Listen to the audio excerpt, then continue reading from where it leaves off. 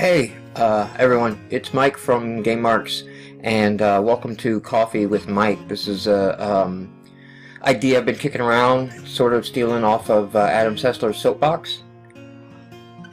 Coffee mug this time is Frothy Monkey. If you're out in Nashville, check them out. It's a pretty cool coffee house to hang out in. And it's just basically, like Sessler's soapbox, just a moment to spout some shit that's in my head, and I didn't get it out on the podcast, or I want to make it a special moment.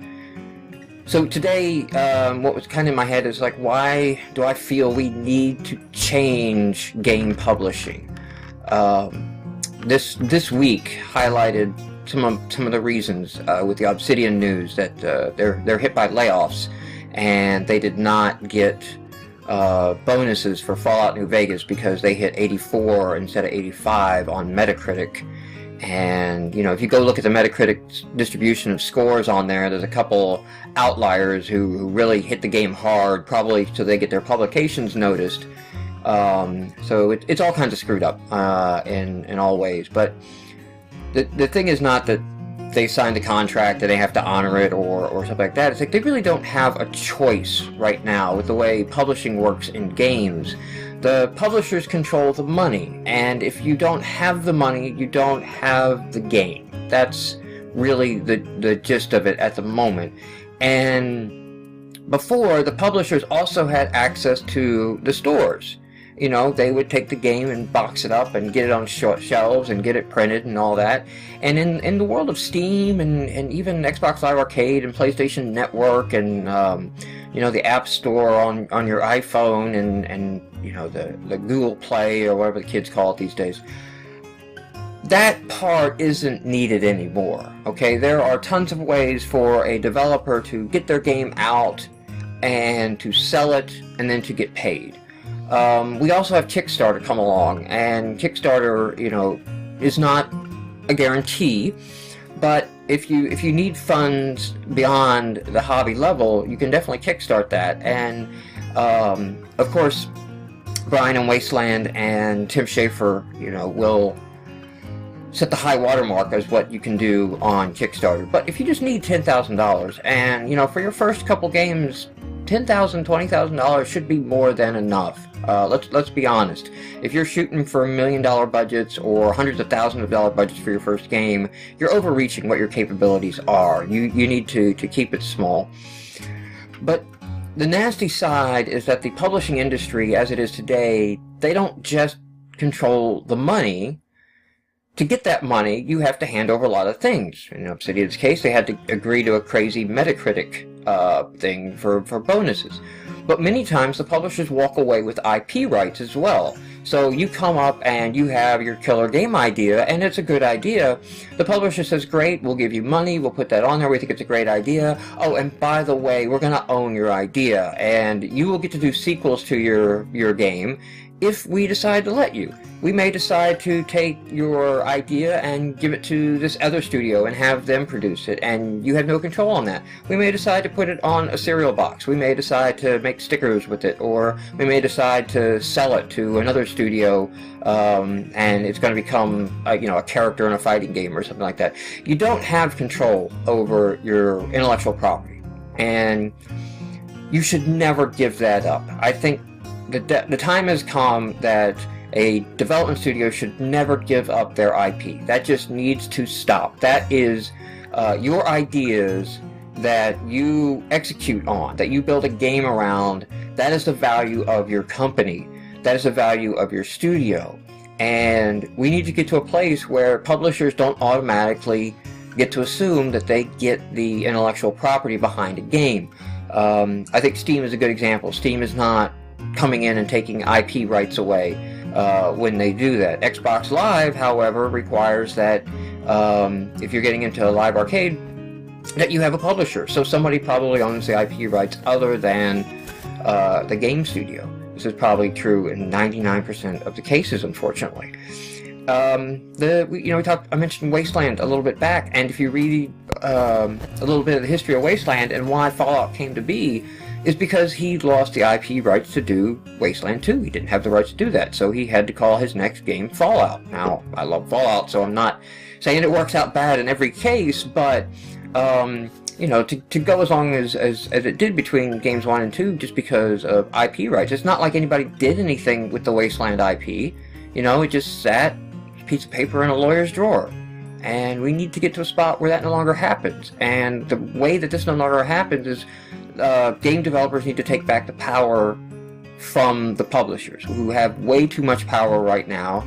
And you read about horrible tales. You can go and make a game that's successful and as awesome, creative, and new as Saints Row the Third, and still get hit with massive layoffs because, you know, the other side of the company decided, hey, we're going to make these crazy little tablet things.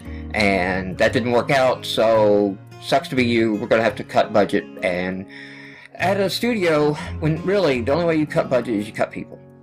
That's what budget is on a game. Budget is people. It takes time and talent to create the art assets, to write the code, to do the music, to produce the storyboards that become the voice acting. Games are at their core made by people. There isn't any manufacturing cost in there. Even the licensing of like a Unreal Engine at the high level is a pittance. Is a drop in the bucket as to what it actually costs to produce a game, and it's all tied up in, you know, allowing these people to work. And, you know, the other thing I think we need to get back from the publishers is EA did not make Dead Space.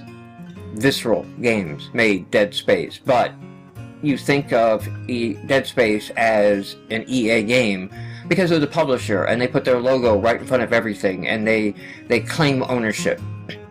Which all they did is, you know, they backed it, they took the IP, and then they sold it. So they are not the. If you told me EA is making another Dead Space and Visceral Games wasn't on it, I'm not interested. EA also, you know, publishers, not just EA, let's just say all of them, you know, they do horrible things. I haven't played Mass Effect 3 yet, but I'm hearing a lot of fans disappointed in the franchise, and I just don't mean the ending, I just mean the quality and some of the direction of the game and bits aren't quite what we came to know and love with Mass Effect 2 and 3, and, you know, this is because the publisher decided, hey, let's crank this out next year, guys. You know, I don't care what your ideas were, you have to put a game out, you get 16 months, 12 months, and, you know, of course, in that time, we have to have time to manufacture discs, get them out, you have to make preview copies, you have to make trial videos, you have to get out the shows and market that game. It's not like you get a solid 12 months to make that game, whereas the developers, you know, might want to kick back and say, hey, we got really awesome ideas, and it may take us 2 or 3 years to get out the final Mass Effect entry in the trilogy. The Assassin's Creed series is suffering the same thing. It's just like, hey, you can't keep cranking that out every year and expect quality. But the publishers are greedy, and that's what they'll do. They will totally destroy this, like Rock Band and Guitar Hero franchises. We're running to the ground. Let's squeeze them for every dime. So this is the state we're in, and as game developers, as studios, we need to go in and maintain our IP and walk away.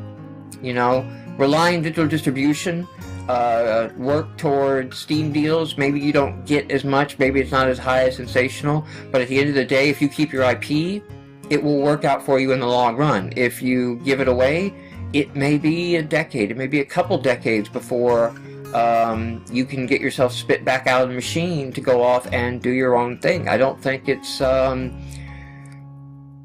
not unrelated that Peter Molyneux is leaving pretty much a dream job by most game designer accounts to go back to a studio he can control, and he can decide what he wants to make. You know, he talked about Milo and not being ready for the industry. He didn't say it wasn't ready for players, just basically the industry wasn't ready to market a game like he wanted to make, or a non-game, as the case may be in Milo.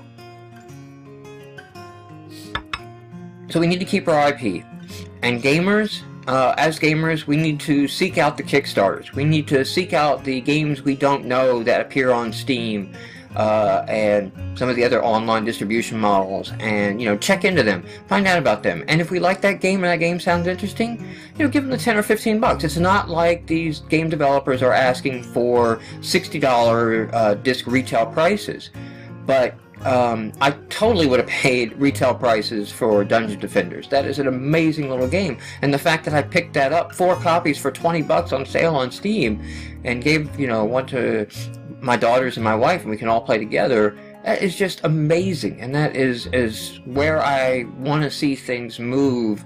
Allow a lot more people to come in, a lot easier barrier of entry, so we can have the creative ideas and play off of things, but not be locked into having to watch franchises that I love get squeezed to death because they suffer from early success and greedy publishers.